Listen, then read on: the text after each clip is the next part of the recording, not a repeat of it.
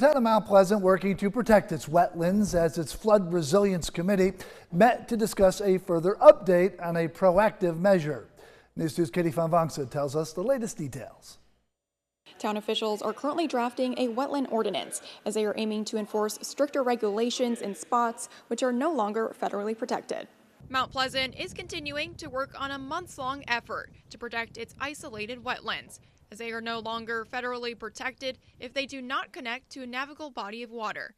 Mayor Will Haney says the town has not decided on what exceptions they will allow. We don't want everything around Mount Pleasant that's a quote isolated wetlands to be something that can end up as a driveway or a swimming pool or a deck. Conservation experts say these areas serve as a critical ecosystem, providing increased water quality, flood mitigation, and a habitat for wildlife, which is why they say protecting wetlands is necessary for public and private properties. Your property is going to have a better chance of being protected if you keep your natural structures around it.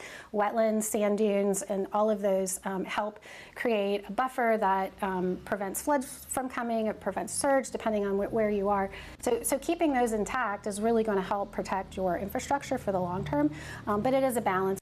Town staff are using models of Bluffton and Awanda ordinances to create this one, and are also working out whether they will review permits as they come or take inventory on where these ecosystems are.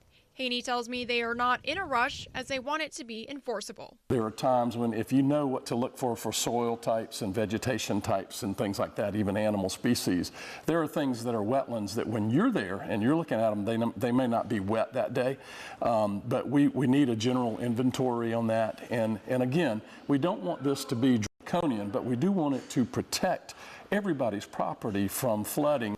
The town's planning commission is expected to hold an informal public hearing on this ordinance on December 10th. In Mount Pleasant, Katie Van Vangsa, Count on 2.